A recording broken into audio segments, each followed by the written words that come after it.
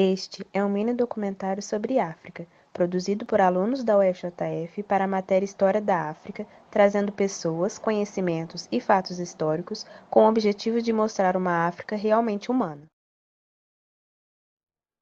O que você sabe sobre a história da África? Nesse documentário tocaremos nos temas práticas socioculturais contemporâneas, religião no contexto colonial e ocupação colonial.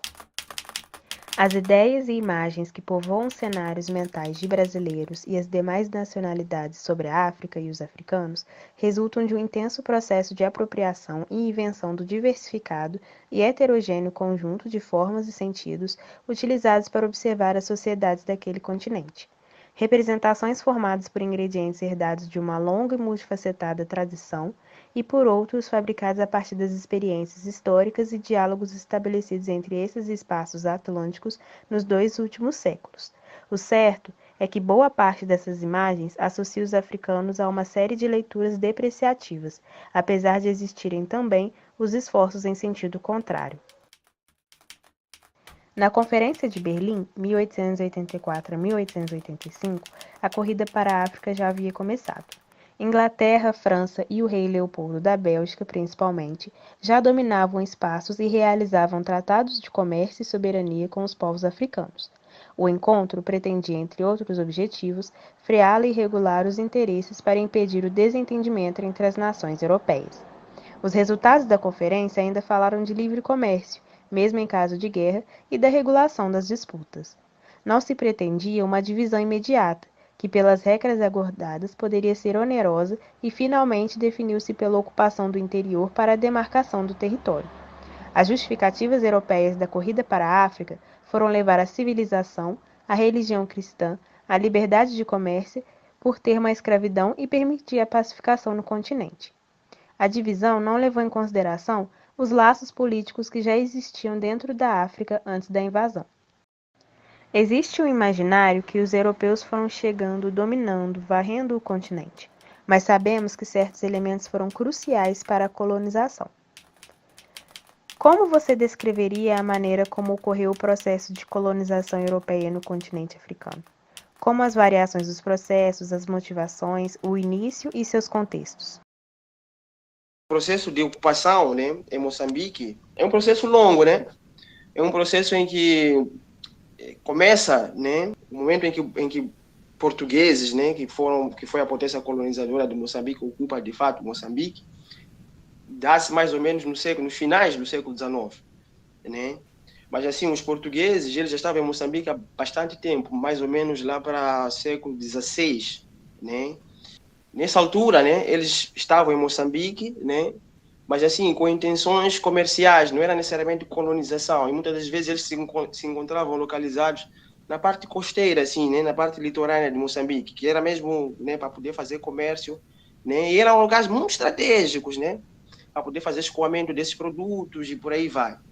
A partir desse momento, eles já começavam, né, de alguma forma, a criar certas alianças, né, ter alguma influência em relação àqueles chefes, né, em relação àqueles povos locais, tendo algum tipo de direito em relação à extração, por exemplo, de alguns minérios, como o ouro, mas eram coisas muito assim, meio que localizadas, né? Não era colonização como tal, porque esses estados conservavam a sua autonomia política, né?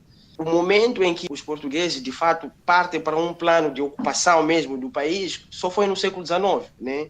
E isso muito influenciado, por exemplo, influenciado necessariamente mesmo, com a decisão da Conferência de Berlim, que foi mais ou menos no sentido de que aquelas potências que estavam em algumas regiões da África deviam proceder, né, à ocupação efetiva, né, sob o risco de perder dessas futuras colônias, né? Então foi aí que Portugal mete a mão na massa mesmo no sentido de tentar ocupar a região. Então, naquela altura, né, que Portugal pretendia fazer a ocupação da região, eles não tinham capitais, né, tanto, quer dizer, não tinham recursos tanto financeiros, né, como recursos humanos mesmo para ocupar a região, em Moçambique nesse caso. Então, o processo de ocupação de Moçambique ele foi feito, né, de diferentes formas. Por exemplo, na região norte, ele entregou a região, né, ele negociou com companhias chamadas companhias concessionárias, que eram companhias assim, quer dizer, concessionárias que eram constituídas, né, com um capital meio que misto, né? E, por exemplo, tinham capitais ingleses, franceses, alemães e por aí vai. Então, essas companhias eram como se fossem assim, um Estado, né, dentro de outro Estado. Né? Eram companhias que tinham autonomia de exploração em relação àqueles territórios. Tipo, eles podiam cunhar a sua própria moeda, né? Podiam explorar aquelas regiões. E uma das obrigações que essas companhias tinham é que eles deviam meio que, como é que eu diria isso? Eles chamam de pacificar a zona, que em termos práticos é ocupar mesmo militarmente, né? Então é mais ou menos nesse sentido. Então essas companhias tinham que ocupar aquela região, porque aquela região tinha dono, tinham povos que eram, sei lá, reinos, né? Estados, inclusive, que precisavam ser ocupados. Então esse processo de ocupação não foi assim, tipo, chegou, ocupou. Não, foi lento, foi paulatino. Eles foram ocupando, até chegar a uma altura que eles ocuparam quase tudo. Né? Agora, em relação à parte sul de Moçambique, quem fez a ocupação mesmo foram necessariamente os portugueses, fizeram uma ocupação militar, eles colocaram a mão na massa.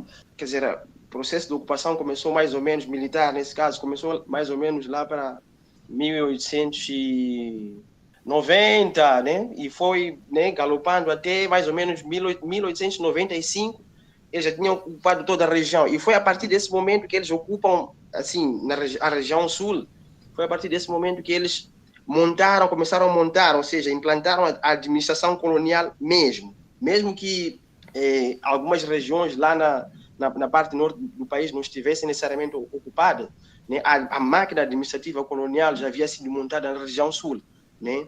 Foi mais ou menos nesse contexto, né, que eles ocuparam a região. E também, quer dizer, eles ocupam a parte sul, né, porque a parte sul também tinha uma certa importância, né, em termos regionais mesmo, porque é uma parte que, por exemplo, é muito geoestrategicamente falando, é importante, porque, por exemplo, nessa altura já tinham pessoas que já iam, né, para a África do Sul, e isso gerava muita, quer dizer, era uma forma, quer dizer, ao controle, quer dizer, essa ida à África do Sul era uma fonte de rendimento para aquelas pessoas que controlavam esse fluxo. Nesse caso, eram os chefes locais, né? Então, ao ocupar a região sul, esse fluxo passou a ser controlado, por exemplo, pelos portugueses. Então, eles criaram, por exemplo, uma máquina administrativa muito mais bem organizada, né? Que fazia muito dinheiro com esse fluxo, né? E não só, também existiam portos, né? Que é o porto de Lourenço Marques, que era um porto muito importante para a própria África do Sul, porque a África do Sul é grande. Então, uma parte da África do Sul era abastecido, né, justamente por esse porto de Lourenço Marques. Então, tinha um monte de interesses por detrás, né, na ocupação deles na região sul de Moçambique. O processo de colonização europeia sobre os continentes fora do eixo central dos países europeus foi um processo avassalador em vários aspectos. A destruição das culturas, línguas, manifestações religiosas, religiões e até mesmo de sociedades inteiras. A colonização em todo seu processo, seja ele antes da marcha sobre o território dos continentes, durante ou mesmo no presente, é marcadamente constituído por um processo de dominação, expoliação e subjugação das sociedades. Desde os primeiros contatos com as outras sociedades, o processo de diferenciação foi colocado em questão, não de maneira a ponderar a diferença como diversidade e pluralidade de realidades, ou que coadunam, mas como sinônimos de desigualdade. As desigualdades como marcas de inferioridade para com aqueles que estão sendo nomeados. A pretensão da modernidade europeia criou locos de debate sobre os caminhos que deverão tomar as religiões africanas, suas manifestações, as práticas de bruxaria e feitiçaria. De certo, sabe-se e compreende-se que o cristianismo também fez parte do processo de controle religioso e ideológico, e nessa pretensa de dominação e expoliação, as religiões foram relegadas ao caminho do extermínio e do desaparecimento, igualmente como as práticas de bruxaria e feitiçaria, assim intituladas pelos colonizadores. Com as medidas violentas de extermínio das práticas religiosas, culturais e de magia nas sociedades africanas, as práticas de feitiçaria aparentemente iriam desaparecer no seio de algumas estruturas sociais. Na passagem do milênio, podemos observar um uso crescente da feitiçaria em África como recurso de ascensão financeira e, por consequência, uma súbita mudança no status social.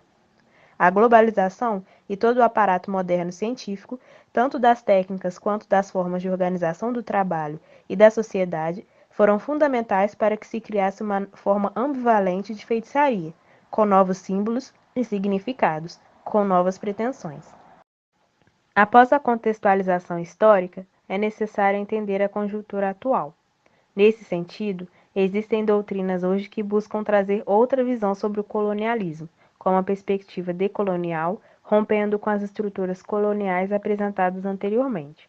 Um exemplo de tal ruptura enquanto prática contemporânea seria o panafricanismo, o qual se caracteriza por uma doutrina que propõe a união de todos os povos da África como forma de potencializar a voz do continente no contexto internacional, e também é responsável em parte pelo surgimento da Organização da Unidade Africana, que hoje é a União Africana, que tem como objetivo a unidade e a solidariedade africana, defendendo, portanto, a eliminação do colonialismo.